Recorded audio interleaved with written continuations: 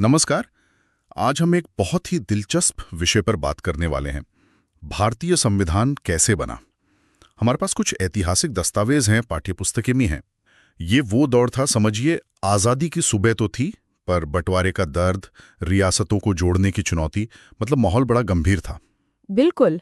और इसी माहौल में संविधान सभा ने काम किया। हमारा इरादा है कि इन स्रोतों से देखें कि क्या बहसें हुई, क्या विचार थे, क्या फैसले लिए गए, जिन्होंने सिर्फ 3 साल में, मतलब दिसंबर 1946 से नवंबर 1949, दुनिया का सबसे लंबा लिखित संविधान तैयार कर दिया। तो चलिए शुरू करते हैं। हाँ, और ये सोचना भी हैरत की बात है कि इतनी उथल-पुथल के बीच सभा ने सिर्फ एक कानूनी दस्तावेज नहीं बनाया, बल्कि एक तरह से भविष्य के भारत का नक्शा खींचा। और एक बात ध्यान रखने वाली है, ये सभा सीधे आम चुनाव से नहीं बनी थी।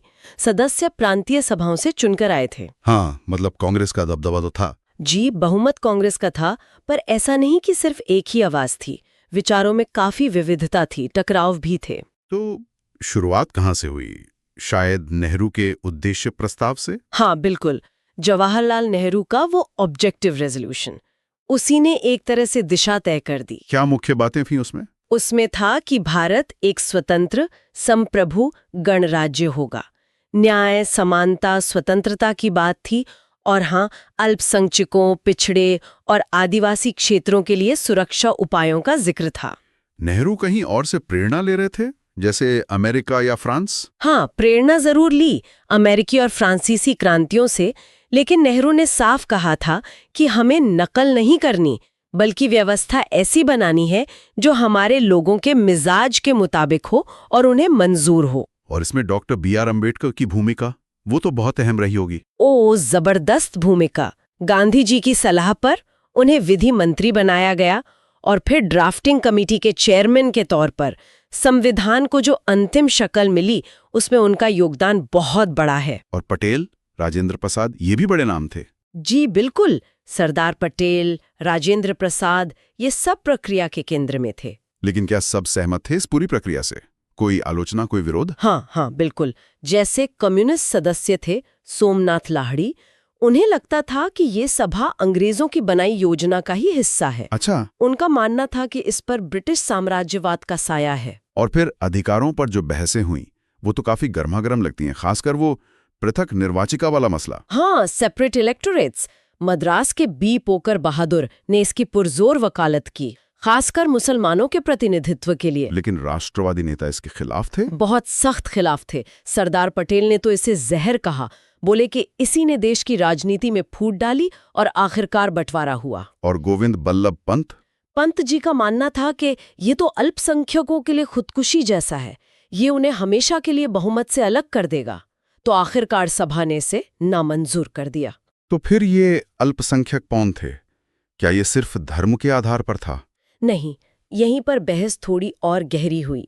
NG रंगा जैसे नेताओं ने कहा कि असली अल्पसंख्यक तो मतलब आर्थिक आधार पर देखो, गरीब और दबे कुचले लोग हैं। हाँ, चाहे वो किसी भी धर्म या जाति के हों। बिल्कुल।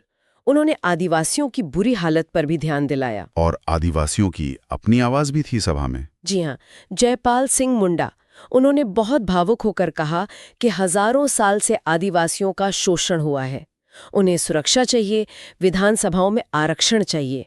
पर हाँ, उन्होंने पृथक निर्वाचिका नहीं मांगी। और दलित जातियों के मुद्दे, जे नागप्पा, KJ खांडेकर, उन्होंने भी अपनी बात रखी। छुआछूत, सामाजिक बहिष्कार, हजारों साल का दमन, ये सारी बातें उठी। और इसका नतीजा क्या निकला संविधान में? नतीजा ये हुआ कि अस्पृश्यता को गैर कानूनी घोषित किया गया, खत्म किया गया। मंदिरों में सबके प्रवेश का अधिकार मिला और दलित जातियों के लिए विधायिका और सरकारी नौकरियों में आरक्षण का प्रावधान किया गया। तो अधिकारों और पहचान के साथ साथ देश का ढांचा कैसा हो, इस पर भी बड़ी बहस हुई होगी। हाँ, ये एक और बड़ा सवाल था। नेहरू, अंबेडकर जैसे नेता चाहते थे कि केंद्र मजबूत हो। क्यों, क्या तर्क था उनका? उनका तर्क था कि देश में शांति बनाए रखने के लिए, विकास योजनाओं को लागू करने के लिए और खासकर बंटवारे के बाद देश की सुरक्षा के लिए एक शक्तिशाली केंद्र जरूरी है। तो संविधान में ये कैसे दिखा? संविधान ने शक्तियों को 3 लिस्ट में बांटा, यूनियन लिस्ट, स्टेट लिस्ट और कॉन्करेंट लिस्ट। लेकिन ज्यादातर अहम विषय और ज्यादा शक्तियां केंद्र को दी गईं। जैसे वो अनुच्छेद 356 राष्ट्रपति शासन वाला। हाँ, वो भी। वो केंद्र को असाधारण परिस्थितियों में राज्य सरकार पर नियंत्रण करने की शक्ति देता है। लेकिन क्या सब लोग इससे सहमत थे कि केंद्र इतना शक्तिशाली हो? नहीं, कुछ विरोध भी था। जैसे मद्रास के केस संथानम में उन्होंने चेतावनी दी थी कि अगर केंद्र को जरूरत से ज्यादा ताकत दी गई तो राज्य कमजोर हो जाएंगे। और शायद आगे चलकर हाँ, कि शायद वो केंद्र के खिलाफ ही हो जाएं। लेकिन उस वक्त जो हालात थे उनमें ज्यादातर लोगों को लगा कि मजबूत केंद्र की जरूरत ज्यादा है। और एक और मुद्दा जिसने काफी बवाल मचाया होगा, भाषा का सवाल। भाषा का मुद्दा तो महीनों तक छाया रहा। बहुत ही भावनात्मक, बहुत ही जटिल। पहले तो गांधी जी और कांग्रेस हिंदुस्तानी के पक्ष में थे ना, हिंदी उर्दू का मिला जुला रूप। जी हाँ, बिल्कुल।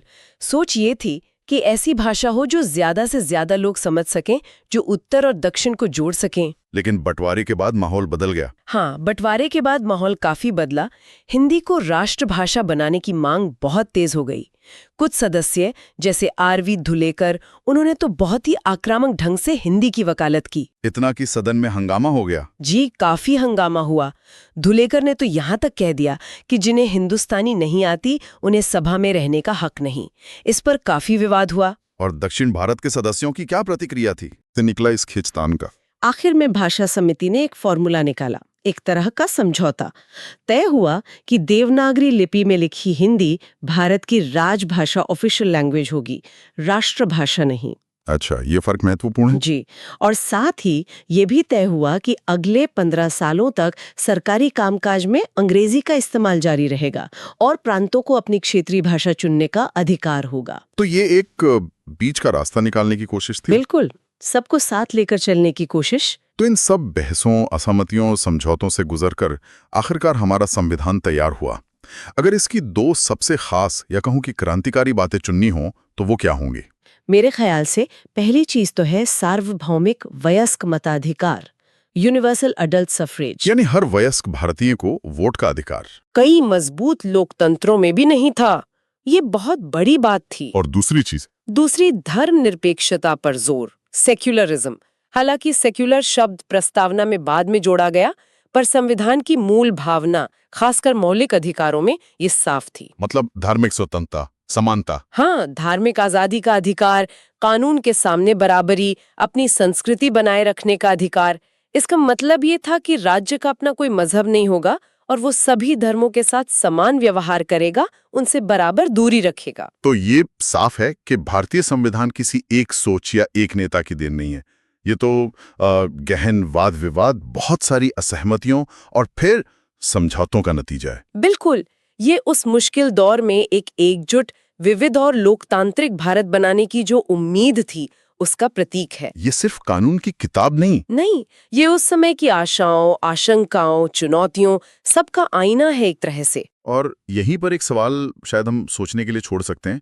संविधान सभा ने उस वक्त केंद्र राज्य संबंध या भाषा जैसे जिन मुश्किल मसलों का जो हल निकाला था, आज जब उन पर फिर से बहस होती है तो वो ढांचा समय की कसौटी पर कितना खरा उतरा है, इस पर विचार किया जा सकता है।